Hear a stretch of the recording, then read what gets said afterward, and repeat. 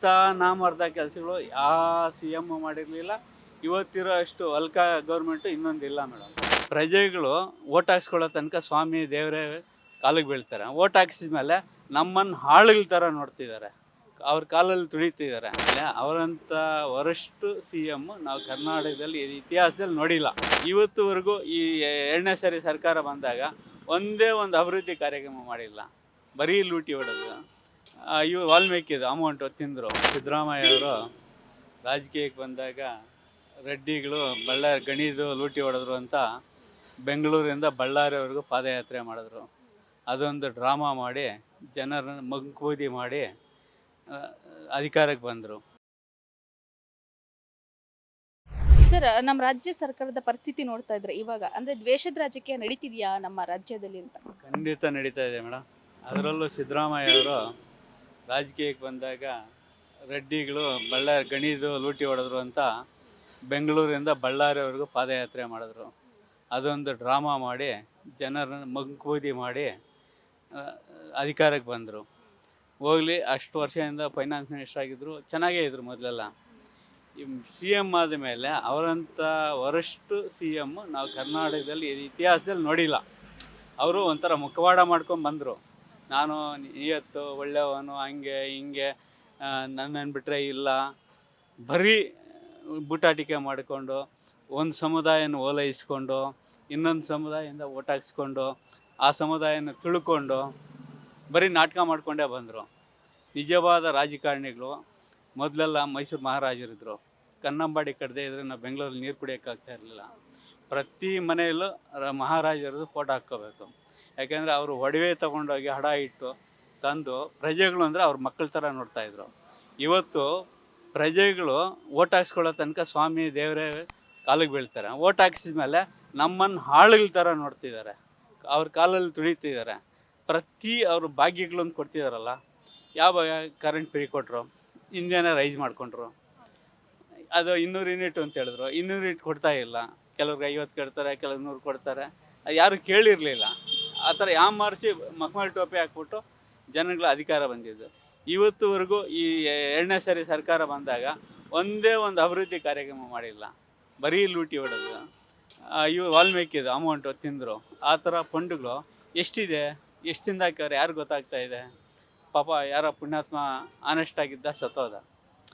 ಇವ್ರು ಬಂದಾಗೆಲ್ಲ ಆ ಥರ ಆನೆಸ್ಟ್ ಡಿ ಕೆ ರವಿ ಅಂತ IAS ಆಫೀಸರೇ ಇಲ್ಲ. ನಾನು ಕೋಲಾರ ಜಿಲ್ಲೆಯವನು. ಕೋಲಾರ ಜಿಲ್ಲೆ ಒಂದೇ ಒಂದು ವರ್ಷ ಇದ್ದಿದ್ದು, ಮನೆ ಮಗನಾಗಿದ್ದ ಡಿ ಕೆ ರವಿ ಕೋಲಾರ ಜಿಲ್ಲೆಯಲ್ಲೇ. ಪಾಪ ಅಂಥ ನಿಷ್ಠಾವಂತ ಅಧಿಕಾರಿಗಳನ್ನು ಸಾಯಿಸಿದ್ರು. ಸರ್ಕಾರವೇ ಸಾಯಿಸಿದ್ದು, ಬೇರೆ ಯಾರೂ ಸಾಯಿಸಿಲ್ಲ. ಆ ಥರ ಈಗ ನಾನು ಇಂಥವನು ಬಳ್ಳಾರಿಯವರು ಪಾದಯಾತ್ರೆ ಮಾಡಿ CM ಸ್ಥಾನವನ್ನು ಗಿಟ್ಟಿಸ್ಕೊಂಡು ಮಾಡಿದ್ರು. ಒಳ್ಳೆ ಆಯಿತು, CM ಕೊಟ್ಟರಲ್ಲ, ಒಳ್ಳೆ ಅಧಿಕಾರ. ಅವಲೂ ನಿನ್ನ ನಾಟಕ ಮಾಡಿದೆ. ಶಾದಿ ಬ್ಯಾಗ ಅಂತ ಒಂದು ಸಮುದಾಯಕ್ಕೆ ಕೊಟ್ಟೆ, ಇನ್ನೊಂದು ಸಮುದಾಯದಲ್ಲಿ ಇರಲಿಲ್ವ ಜನಗಳು, ಅವ್ರಿಗೂ ಕೊಡ್ಬೋದಾಯಿತು. ಆವಾಗ ಈಕ್ವಲ್ ಮೊದಲೆಲ್ಲ ಮಾಡ್ತಿದ್ರು.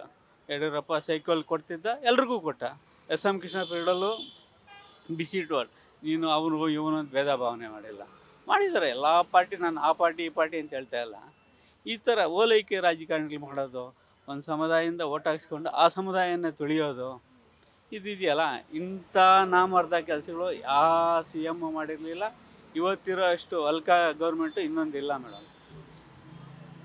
ಇವಾಗೇನೋ ರಾಜ್ಯ ಸರ್ಕಾರ ಅಂದ್ರೆ ಇವಾಗೇನಿದೆಯೋ ಇವರು ಅಂದ್ರೆ ನೀವು ಹಗರಣ ಮಾಡಿದ್ದೀರಾ, ನಾವು ಮಾಡಿದ್ದೀವಿ, ನೀವು ಆರೋಪ ಮಾಡ್ತೀರಾ, ನಾವು ಆರೋಪ ಮಾಡ್ತೀವಿ, ನೀವು ಹೋರಾಟ ಮಾಡ್ತೀರಾ, ನಾವು ಹೋರಾಟ ಮಾಡ್ತೀವಿ ಅಂತ ಅವರೇನೋ ಮಾಡ್ತಿದ್ರೆ.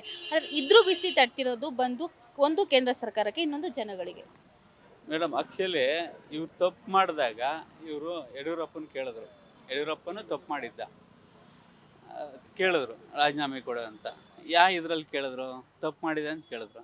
ಇವಾಗ ಇವರು ತಪ್ಪು ಮಾಡಿದ್ದಾರೆ, ಜನಗಳು ಕೇಳ್ತಾರೆ. ತಪ್ಪು ಮಾಡಿದ್ದೀರಿ ಅಂತ, ನೀನು ತಪ್ಪು ಮಾಡಿದ್ಯಾ ಅಂತ ಅವ್ರು ಕಿಣ್ಕೋಬದ್ಲು ನಾನು ರಾಜೀನಾಮೆ ಕೊಟ್ಬಿಟ್ಟು ಎದುರಿಸ್ಬಿಟ್ಟು ಬಂದು ತಿರುಗಿ ಇವ್ರು ಕೇಳ್ಬೋದಾಗಿತ್ತು. ಇವ್ರು ಕೇಳ್ತಾರೆ ಸರಿ ಇಲ್ಲ. ನಿರ್ಮಲಾ ಸೀತಾರಾಮನ್ ಬಗ್ಗೆ ಆಗಲಿ, ಕುಮಾರಸ್ವಾಮಿ ಬಗ್ಗೆ ಆಗಲಿ ಕೇಳ್ತಾವ್ರಲ್ಲ, ಅದು ತಪ್ಪದು. ಆ್ಯಕ್ಚುಲಿ ಅವರು ತಪ್ಪು ಮಾಡಿರ್ಬೋದು. ಬಟ್ ಇವರು ಇನ್ನೊಬ್ಬರು ಕೇಳಿದ್ರಲ್ಲ, ಮೊದಲಿದ್ದಾಗ ವಿರೋಧ ಪಕ್ಷ ನಾಯಕನಿದ್ದಾಗ ಯಡಿಯೂರಪ್ಪನ ಕೇಳಿದ್ರು, ರಾಜೀನಾಮೆ ಕೊಡಿಸಿದ್ರು.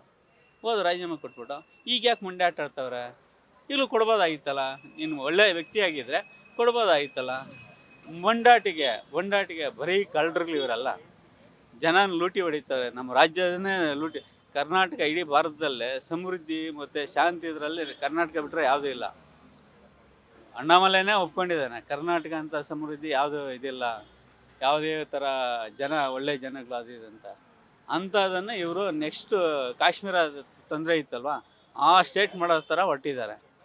ಈ ಕಾಶ್ಮೀರ ಸರೋಗಿದೆ ಹೇಳ್ಬೇಕಾದ್ರೆ, ಅದನ್ನು ಕರ್ನಾಟಕಕ್ಕೆ ತರ್ತಾವ್ರೆ. ಇಂಥ ಗೌರ್ಮೆಂಟ್ ಹಿಂದಿಗೆ ಕಂಟಿನ್ಯೂ ಇದ್ದರೆ ಅದಕ್ಕೆ ಮುಂದಿನ ದಿನ ಕಾಶ್ಮೀರ ಥರನೇ ಆಗುತ್ತೆ.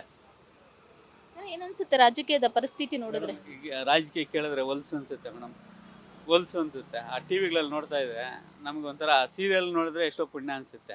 ಯಾವುದೋ ಒಂದು ನೋಡಿದ್ದೀನಿ, ಈ ನ್ಯೂಸ್ ಇವೆಲ್ಲ ನೋಡ್ತಾ ಇದ್ದೀವಿ, ಇವ್ರೆಲ್ಲ ರಾಜಕಾರಣಿಗಳು ನೋಡ್ತಾ ಇದ್ರೆ ಇದ್ದಂಥ ಅಸಹ್ಯ ಏಸಿಗೆ ಏಲ್ ತಿಂದಷ್ಟು ಏಲ್ ಮುಂದೆ ಇಟ್ಕೊಂಡು ಅನ್ನ ತಿಂದಂಗೆ ಇರುತ್ತೆ ಈ ರಾಜಕಾರಣಿಗಳನ್ನು ನೋಡಿದ್ರೆ. ಇದಕ್ಕಿಂತ ಬೇರೆ ಇನ್ನೇನು ಹೇಳಂಗೇ ಇಲ್ಲ, ಅಷ್ಟು ಹೊಲಸಾಗಿದೆ. Beet plus Karnataka.